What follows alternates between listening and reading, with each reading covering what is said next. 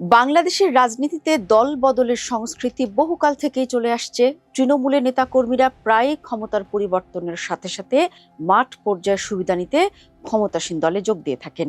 সবশেষ গত ৩ জুন গোপালগঞ্জ ২ আসনের সংসদ সদস্য ডাক্তার কে.এম. বাবরের হাতে ফুল দিয়ে বিএনপিতে যোগদান করেন স্থানীয় আওয়ামী লীগ নেতা সনোয়ার হোসেন মোল্লা ও নূর ইসলাম শেখের নেতৃত্বে ১২০০ আওয়ামী লীগ নেতাকর্মী। এ বিষয়টি নিয়ে ব্যাপক আলোচনা হচ্ছে। কেন আলোচনা হচ্ছে তা তো আর কারো অজানা নয়। এছাড়া গাজীপুরের টঙ্গীতে জাতীয় পার্টির জিএম কাদেরের অংশের থানার সভাপতি সাইফুল ইসলাম খান, সাধারণ সম্পাদক ওমর ফারুক, সহসভাপতি সালাউদ্দিন, মুজিবুর রহমান সহ শতাধিক নেতাকর্মী, শ্রমিক দলের কার্যকরী সভাপতি মোহাম্মদ সালাউদ্দিন সরকারের হাতে ফুল দিয়ে বিএনপিতে যোগ দেন।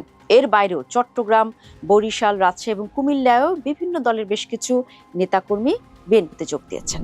দর্শক ২০২৪ সালের ৫ আগস্টের পট পরিবর্তনের ৩ দিন পরই ৮ আগস্ট নিষিদ্ধ আওয়ামী লীগ সহ অন্য দলের নেতাকর্মীদের বিএনপিতে না নেওয়ার নির্দেশনা জারি করে দলীয় হাইকমান্ড।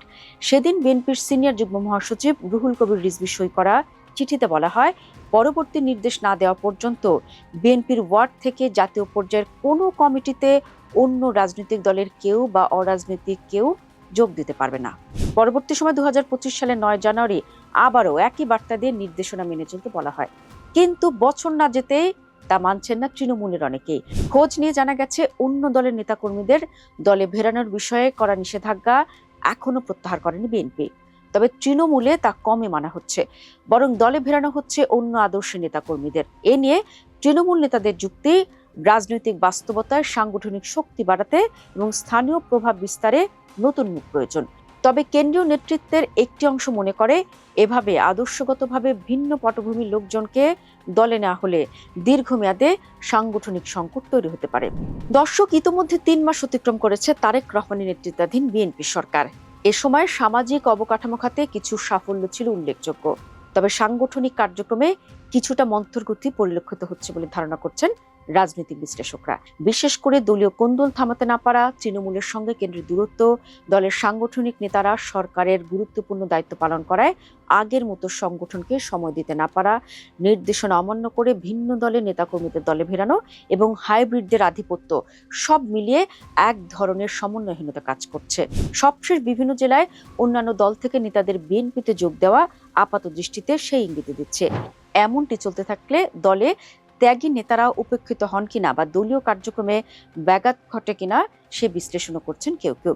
রাজনৈতিক বিশ্লেষকদের অনেকে মনে করেন, বিএনপির অনেক শীর্ষ সাংগঠনিক নেতা সরকারের বিভিন্ন পদে থাকায় মাঠ কর্মীদের সঙ্গে এক ধরনের দূরত্ব তৈরি হয়েছে, কারণ এসব নেতা ছিলেন কর্মী বান্ধব। তাছাড়া সবসময় মাঠের রাজনীতিতে তাদের সক্রিয় উপস্থিত ছিল। ঢাকার বাইরেও তৃণমূলের সঙ্গে তাদের সুসম্পর্ক ছিল, কিন্তু কর্মী বান্ধবী নেতারা সরকারে থাকায় আগের মতো দলকে সময় দেওয়ার ক্ষেত্রে কিছুটা ঘাটতি দেখা যাচ্ছে। এর মধ্যে দলের মহাসচিব মির্জা ফখরুল ইসলাম আলমগীর সামলাচ্ছেন এলজিআরডি মন্ত্রণালয়ের মতো বড় দফতর, তাই একান্ত কর্মসূচি ছাড়া তিনি খুব একটা দলকে সময় দিতে পারছেন না। একই অবস্থায় স্থায়ী কমিটির সদস্য নজরুল ইসলাম খান ও সিনিয়র যুগ্ম মহাসচিব রুহুল কবির রিজভীরও, তারাও দায়িত্ব পালন করছেন প্রধানমন্ত্রীর উপদেষ্টা হিসেবে। তাদের মতো নিবেদিত প্রাণ বিকল্প নেতৃত্বেরও কিছুটা সংকট মনে করছেন কেউ কেউ। এ কারণে দল ক্ষতিগ্রস্ত হচ্ছে কিনা তাও পর্যালোচনা হচ্ছে বিভিন্ন রাজনৈতিক মহলে। এর প্রভাব যে দলে পড়েছে তা অনেকটা স্পষ্ট। বিএনপির সরকার গঠনের পর থেকে বেশ কয়েকটি জেলায় অভ্যন্তরীণ বিরোধ, আধিপত্য বিস্তার ও চাঁদাবাজি সহ বেশ কিছু ক্ষেত্রে এক ধরনের বিশৃঙ্খল পরিবেশ তৈরির খবর পাওয়া যাচ্ছে। এমনকি তৃণমূল পর্যায়ে দলের দুই গ্রুপের মধ্যে রক্তক্ষয়ী সংঘর্ষ হচ্ছে, আবার কোথাও খুনের ঘটনা ঘটেছে। সাম্প্রতিক কয়েকটি ঘটনার দিকে নজর দিলে সেটি বোঝাই যায়। যেমন সর্বশেষ বৃহস্পতিবার ৪ জুন ঝিনাইদহের শৈলকুপার বিষ্ণুপুর গ্রামে বিএনপির দুই গ্রুপের সংঘর্ষে ৬২ জন আহত হয়েছেন। এর আগে মার্চ থেকে মে পর্যন্ত সবচেয়ে বেশি সংঘর্ষের ঘটনা ঘটেছে রাজশাহী জেলা ও মহানগরে। সেখানে প্রতিপক্ষের হামলায় ২ জন নিহত হয়েছেন। এই ঘটনায় পাল্টাপাল্টি মামলা হয়েছে। এছাড়া হবিগঞ্জের মাধবপুর, সুনামগঞ্জ, কুমিল্লা, ময়মনসিংহ, পটুয়াখালী সহ বিভিন্ন জেলায় বিএনপির দুই গ্রুপের মধ্যে একাধিক সংঘর্ষের ঘটনা ঘটে। বিএনপির কেন্দ্রীয় নেতৃত্বের প্রধান উদ্বেগ হলো দলীয় শৃঙ্খলা। কেন্দ্র মনে করছে, যদি তৃণমূল পর্যায়ে নির্দেশনা অমান্য করার সংস্কৃতি তৈরি হয়, তাহলে ভবিষ্যতে সাংগঠনিক সিদ্ধান্ত বাস্তবায়ন আরো কঠিন হয়ে যাবে। পরিস্থিতিকে সরাসরি কেন্দ্র তৃণমূল সংঘাত বলা না গেলেও মতপার্থক্য যে বাড়ছে তা অস্বীকার করা কঠিন। কেন্দ্র যেখানে নিয়ন্ত্রিত ও শৃঙ্খলাবদ্ধ সম্প্রসারণ চায়, সেখানে তৃণমূলের একটি অংশ বাস্তব রাজনৈতিক হিসাব নিকাশকে বেশি গুরুত্ব দিচ্ছে। দর্শক, তবে বিএনপির সাংগঠনিক কাঠামো এখনো কেন্দ্রীয় নেতৃত্ব নির্ভর। ফলে কেন্দ্র চাইলে কঠোর সাংগঠনিক ব্যবস্থা নিয়ে পরিস্থিতি নিয়ন্ত্রণে আনতে পারে। প্রশ্ন হলো, দলটি শৃঙ্খলা বজায় রাখা এবং রাজনৈতিক বিস্তারের মধ্যে কিভাবে ভারসাম্য তৈরি করবে। সুতরাং অন্য দলের নেতাকর্মীদের অন্তর্ভুক্তি, কমিটি গঠন এবং নেতৃত্বের প্রতিযোগিতা, এই তিনটি বিষয়ই আগামী দিনে বিএনপির কেন্দ্র ও তৃণমূল সম্পর্কের পরীক্ষার প্রধান ক্ষেত্র হয়ে উঠতে পারে।